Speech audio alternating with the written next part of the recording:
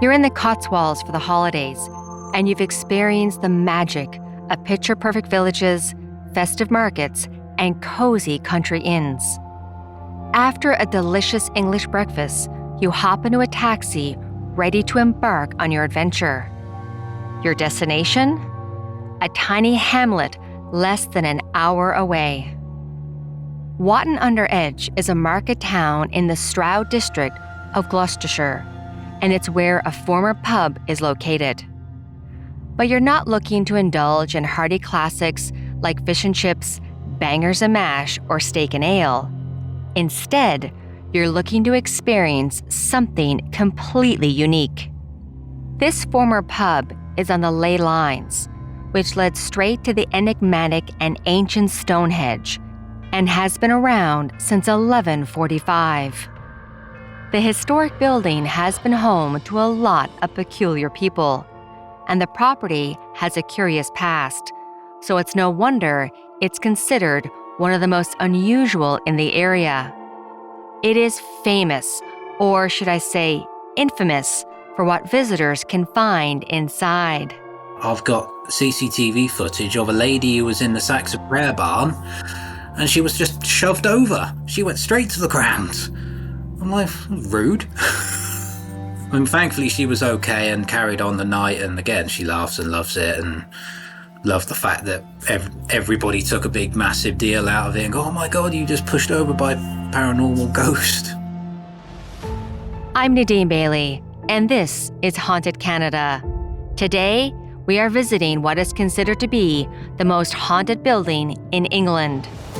This is the Ancient Ram Inn. Wotton-under-Edge is nestled in the southern Cotswolds Hills, and its name literally means settlement under the hill ridge. The edge refers to the Cotswolds escarpment which borders it. With a population of just under 11,000 people, the historic town is a perfect blend of traditional English charm, rich history, and a natural beauty.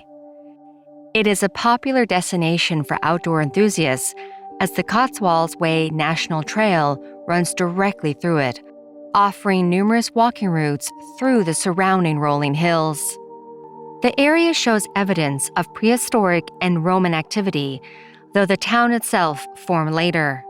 By 940 AD, Wotton appears in records connected to Saxon land grants, and the hamlet is named in the Domesday Book of 1086, being called Vulton, one of the 24 dependencies of the Royal Manor of Berkeley, ruled by the Earls of Berkeley.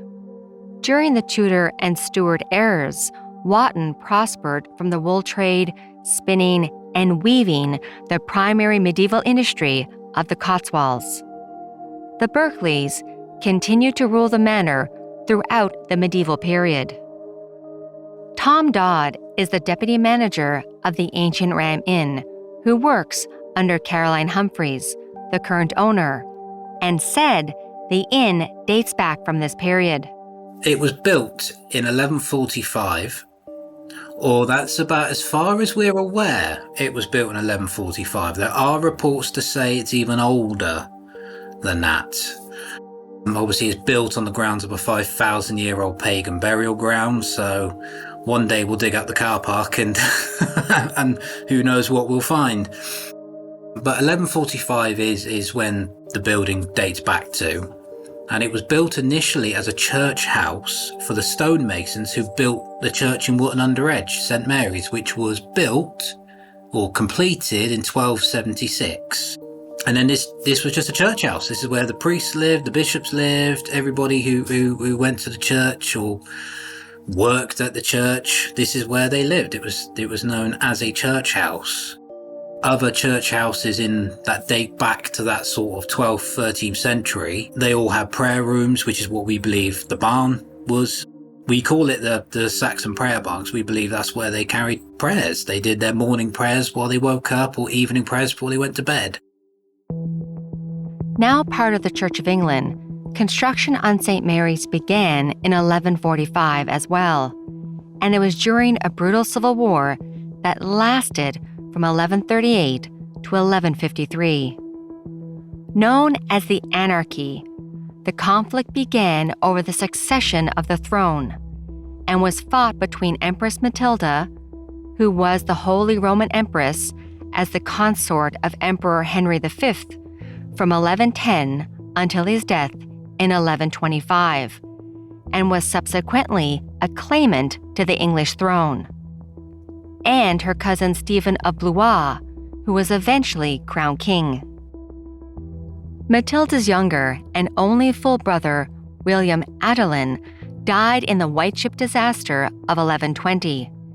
Henry sought to have his daughter, Empress Matilda, succeed him, but had little support, and when he died in 1135, his nephew, Stephen of Blois, seized the throne.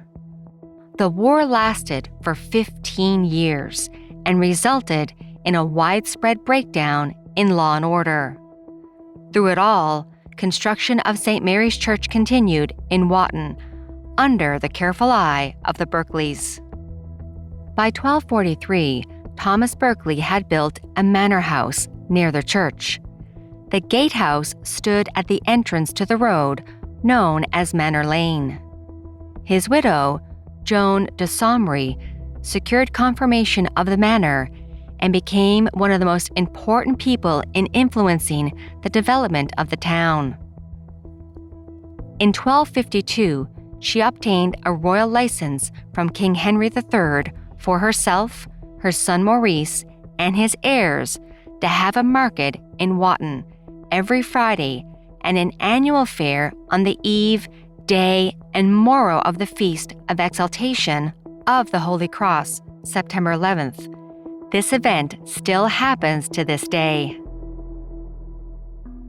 As Tom mentioned, the ancient Ram Inn is believed to be atop of a 5,000-year-old pagan burial ground on the crossroads of two ley lines, which connect several important geological and spiritual places, including Stonehenge. The prehistoric monument in Wiltshire, England, consists of a ring of massive standing stones built in stages over about 1,500 years, from around 3000 BCE to 1500 BCE. The purpose of the monument is still debated, but theories suggest it was used as a burial ground, a celestial calendar, or a temple aligned with the sun. Stonehenge is associated with paganism, and it's used for modern pagan celebrations, particularly in the summer and winter solstices. The ancient Ram Inn is connected to paganism through the story of a young woman who lived in the small town who was falsely accused of witchcraft and was sentenced to death. Obviously, we've named a room after her. We call it the Witch's Room. So the story behind her is a few things. She was either a genuine witch, she was caught, off to be burnt or hung. End of story. Or the most commonly believed tale is she was, obviously this being a church house, quite a large church house, she would have been either a maid, a cook, a cleaner. She could have been somebody to look after the children, so a nursery teacher or a babysitter, I think, something like that. And the gentleman who introduced celibacy to the Church of England, he stayed in this house. This gentleman didn't keep his celibacy act that he introduced, and obviously he got found out. Now, rather than him put his hands up going, "My bad, whoops, caught me," it was easier to look at her and go, "She bewitched me." So sadly, she was taken off to be burnt.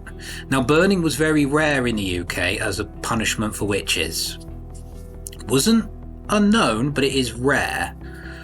Obviously, the traditional one was just hang them. It's quicker, easier, makes less fuss. However, because she had bewitched a man of God, she would have been given the worst punishment a witch could have, which was obviously burnt. So she probably would have been taken to either Gloucester or Bristol to be burnt. They didn't like to do them in market towns because it stopped business. So back then, she would have been put in a horse and carriage and probably a good hour and a half from here to Bristol. And so she hates men, hates them. A woman can sit in the witch's room and probably feel okay. A man, however, they're the ones that tend to feel like they're being strangled and pushed and shoved, and they get a lot of activity on the Ouija board. She hates men. And interestingly, about the witch's room, above the door frame, there are like scratch marks. Now, I was told that they're carpenter's marks, but my argument is he wasn't a very good carpenter if he missed that many times. There's got to be about 50 or 60 of these scratch. Now, that to me looks like a tally, a count. What was she counting? How many days she was here, or how many days she was hiding here, or how many times was she even here with consent? And she was actually trapped here. So yeah, we do get a lot of activity in that room surrounding a woman and hating men. So it was a couple of weeks ago at our last open day. There was somebody in front of a mirror, took a picture, and behind there was a woman, a shadow of clearly a woman figure with a pointy hat. And obviously you look at that and go, well, that's cliche. Pointy hat. I'm not a witch, but you think I was. I'm now just going to become almost like a tulpa. A tulpa is, in folktale, a being or creature. Now, if enough people believe in it, it becomes real. So it almost fabricates out of nothing. And that's what a tulpa is. So if enough people believe that she was a witch, obviously she's going to fabricate as an actual witch. So I believe she's a tulpa, but that's just my personal belief. Just a very, very angry woman who was mistreated, abused, and she's turned into a tulpa. As Tom described, visitors who go into the witch's room have reported seeing a woman appear, have seen furniture move, have felt sudden cold spots, or intense feelings of dread. Over many centuries, the residence was inhabited by clergymen and later served as a public house and inn.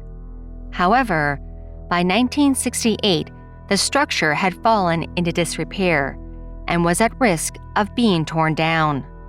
John said that's when Tom Humphreys purchased the inn. They were from Dursley, which is about 15 minutes away. And obviously he moved himself, his wife, his family to start a B&B and thought this place is beautiful. And sadly, the brewery who owned it were going to bulldoze it. They were going to tear the place apart, sell the land, probably turn it into flats and houses and stuff. And John saved the ram.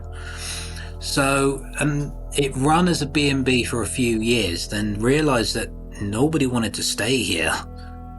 People were running away saying, no, it's haunted, it's full of ghosts. Now, obviously, back in the UK, if you were to start screaming about ghosts in the 70s, you'd probably be examined by a doctor. Yeah.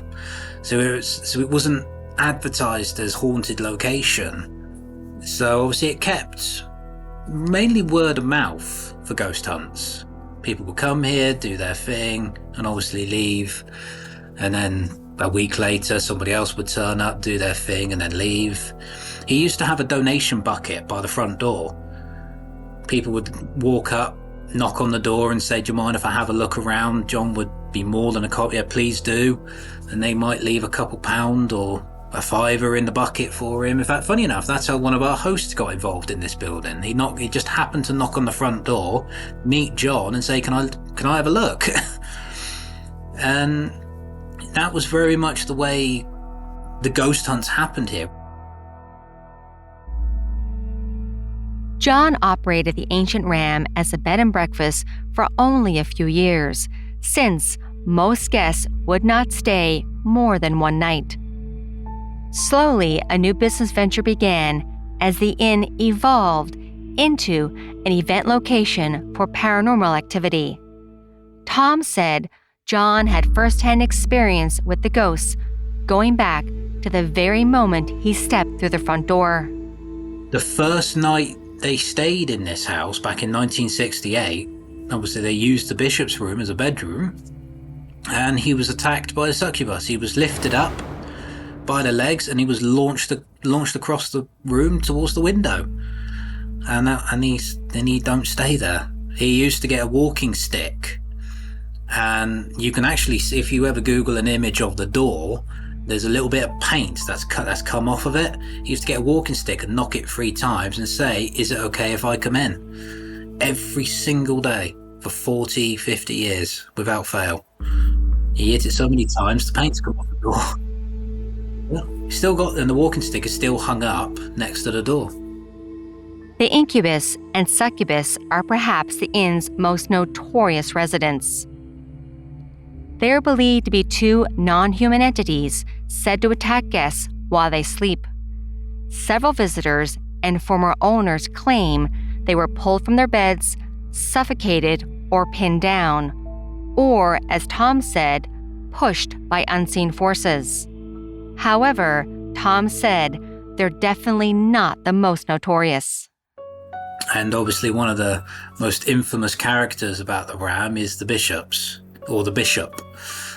We've named a room after him. And that's where a lot of the darker history about the ancient Ram comes from, is this particular individual and his position of bishop. He was not a very nice man at all. The bishop's room is located on the first floor, and it's rather small, with a low ceiling with heavy crisscrossing dark beams that cast dark shadows which dance in dim light. At the center of the room is an imposing 4-poster bed covered with a red blanket. The walls are adorned with faded portraits which create a gallery of watchful eyes, seemingly following guests from the second they enter. Velvet-covered chairs are tucked into the corner, and a wooden spinning wheel adds to the room's haunting atmosphere.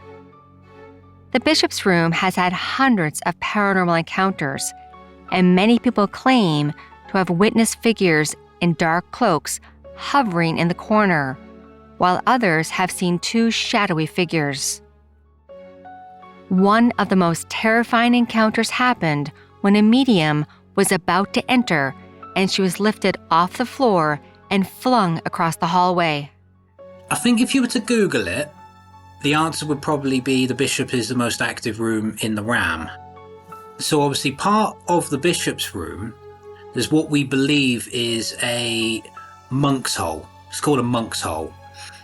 So during the English Reformation, being Catholic was illegal in this country. So obviously being the church house and so close to a Catholic church, there was a lot of people who were probably Catholics, and they hid in this monk hole. So there is evidence to suggest that behind that wall right now there are bodies of 2 monks who probably died of starvation or suffocated. I'm sure we have got plans to find out, but we've had people look at it and go, this is the monk's hole. And then obviously you talk about the paranormal. We've had people walk by, because obviously how old this building is, it's sunk down into the ground, and the road is like our top level, where over the years the road's just been built up and this is still sunk down. So you go up to the top floor, look out the window, and there's the path that people walk by. And we've had people walk by just on their way to the shops or to work or home from school, and they've seen monks in that room. One of the stories about that room is in the bishop's room, the ceiling stops and then you can see up to the attic. We have had reports of a hanging woman where we believe she was in the attic and she went through the bishops to the bishop's room and she was hung. Either hung, pushed, or sadly took her own life. But had people walk by and seen this dangling woman who sadly took her life, and she is very much still present in that room. And obviously the bishop, he did do child murder. It's quite disgusting, child murder, and obviously sacrifices. So we've had children's laughter being heard in that room. Yeah, it's quite a scary room, especially at night. The woman is believed to be the daughter of a former innkeeper that was murdered or took her own life. People have heard the sounds of something or someone being dragged on the wooden floor above them. Those sounds have been attributed to the tale of a 17th century highwayman who hid in the inn's attic before being caught and killed, and some have seen a shadow on the landing. Aside from the potential bodies behind the wall in the bishop's room, over the years, John made other terrifying discoveries. One of those can be seen almost as soon as you walk into the kitchen, where there's a very peculiar feature: a gaping hole in the ground with a heavy iron gate on top of it. The kitchen, like most of the house, is filled with antique items. From a wooden sideboard to numerous trinkets and porcelain mementos of people who once lived there. Scattered throughout the kitchen are rustic jars and old barrels with a faint smell of damp earth and aged timber. Tom said that hole in the kitchen happened in the late 1990s, when the owners were digging up a portion of the floor and made a shocking discovery. Obviously, this being a church house for hundreds and hundreds of years before it was a tannery, a brothel, and then eventually a pub, it's a very strong belief that there is actually a tunnel from here to the church, which is, well, I can actually, if I looked out the window, I can see the top of the church. Most churches that old do have secret tunnels and link into various different church buildings. So we were looking for the tunnel, and obviously this being an old pub in 1876, this was a pub all the way up to 1967. Again, pubs had cellars. So we were looking for a tunnel and a cellar. And in 1997, we were digging the flagstones in what we call the men's kitchen for the tunnel or the cellar, and we found the skeleton of a child and a woman and a sacrificial dagger. Or at the time, it was just a dagger, but we got it analysed, and the professors agreed that it was most likely used for sacrificial purposes. It was under the flagstone, so obviously we've got in the men's kitchen, that goes down another 6 foot, and they were found there. So we fully believe there's more under those flagstones, which back in those days, we reckon that would have been used for the workhouse that would have been here. So obviously when this was a church house, it was also a workhouse as well, and then eventually a tannery. And we think it happened in the middle of being a workhouse and a church house, almost like the switchover.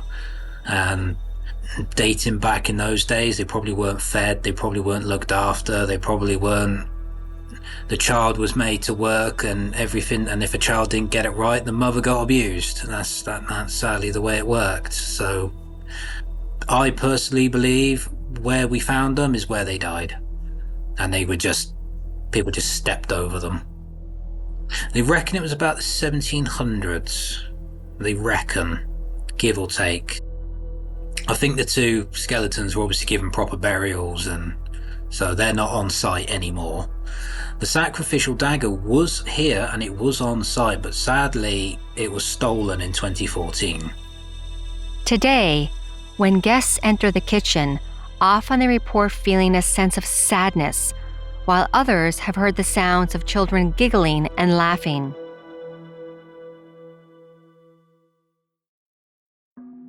Tom said one of the more unusual apparitions reported is that of a Roman soldier on horseback who charges straight through a wall.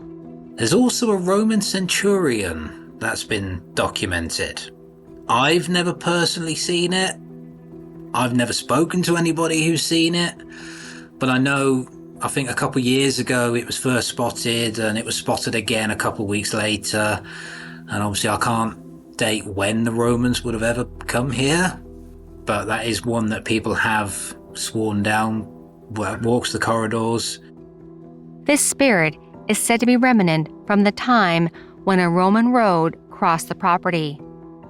Meanwhile, the Mayflower Barn, which Tom said is now mostly used for events and investigations, has also experienced unexplained phenomenon like light anomalies, echoing knocks responding to questions, and shadowy figures near the rafters. Over on the course of the private nights and on the overnight hosted nights, there's been a report of a 7-foot stable boy seen in the barn. The shadow of this 7-foot behemoth. The story behind him is, again, he got a little bit too handsy with the landlady here when this was a workhouse or a tannery. Obviously the landlord didn't like that, tied him to the mason barn wall and got a horse to run away in the opposite direction. So we've heard horses neighing, and I'm like 2 o'clock in the morning and you hear a horse's neighing. Weird sound to hear. And obviously a lot of the paranormal chairs that have broken through paranormal activities are all hung up in the barn as well, and they've been seen to move. And there's not that drafty in there, and you think it's just perhaps someone's getting up there and moving the chairs. But yeah, so there's him, colourful man. Obviously we've had cats and other apparitions found, cats, rats, birds. We've had a number of shadows that can't be documented. We've also had a number of knocks and bangs that can't be accounted for. So we've got a fair few. We certainly have a cast of ghosts. For decades, John Humphreys welcomed ghost hunters and paranormal investigators who wanted to have a real encounter with the supernatural. When he passed away on December 12, 2017, at the age of 89, his daughter, Caroline, took over and expanded upon her father's vision. Tom said today, the Ancient Ram Inn caters to those looking to experience ghosts firsthand. I mean, on the 27th of September, I've got CCTV footage of a lady who was in the Saxon Prayer Barn, and she was just shoved over. She went straight to the ground. I'm like, rude. So yeah, that was one that we had to say, and so, thankfully she was okay and carried on the night, and again, she laughs and loves it, and loved the fact that everybody took a big, massive deal out of it and go, oh my God, you just pushed over by paranormal ghost. We've had activity in the kids' den, where this rocking doll was moving just on command. I think one of our customers was singing a nursery song, and this rocking doll, again, it was all captured on. The minute she stopped singing, it stopped. She started singing again, and away it went. I'm like, that's amazing. So I think every room at the moment is quite active. The whole building's creepy. I'm only here during the day. So, because a lot of people say, oh, do you stay here? No, I don't. It's haunted. It's ghosty. I ain't sleeping here. A journey through the winding corridors and shadow-soaked rooms of the Ancient Ram Inn is not for the faint of heart. The veil between history and legend is so tightly woven together, it's hard to see where one ends and the other begins. From phantom horsemen and restless children to the infamous spirits said to stalk its staircases, the Ancient Ram Inn remains one of those rare buildings that refuses to be quiet. If this tale stirred your curiosity, remember that the inn still stands at the edge of the Cotswolds, ready for anyone brave enough to step inside after dark. And who knows, maybe the next story told at the Ancient Ram Inn will be yours. Thank you for joining me as we explored the historic and haunted Ancient Ram Inn, and a special thank you to Tom Dodd, the deputy manager of the Ancient Ram Inn, for talking with me. Considering the time difference, I really appreciated it. Haunted Canada is sponsored by the Edmonton Ghost Tours. I will link it in the show notes. Haunted Canada is written and produced by me, Nadine Bailey, with senior producer, Dila Velasquez. Production and sound design is by Rob Johnston. If you would like to support this podcast, please follow and share, and we would also appreciate a like and a 5-star written review. Also, you can follow me under different social media platforms, including TikTok and my YouTube channel, Haunted Canada. Or if you have a ghost story, haunting, or true crime that you would like for us to cover on this podcast, please email me through the website, hauntedcanada.com. Thank you from all of us at Haunted Canada and Curious Cast. Have a good night, everyone, and stay haunted.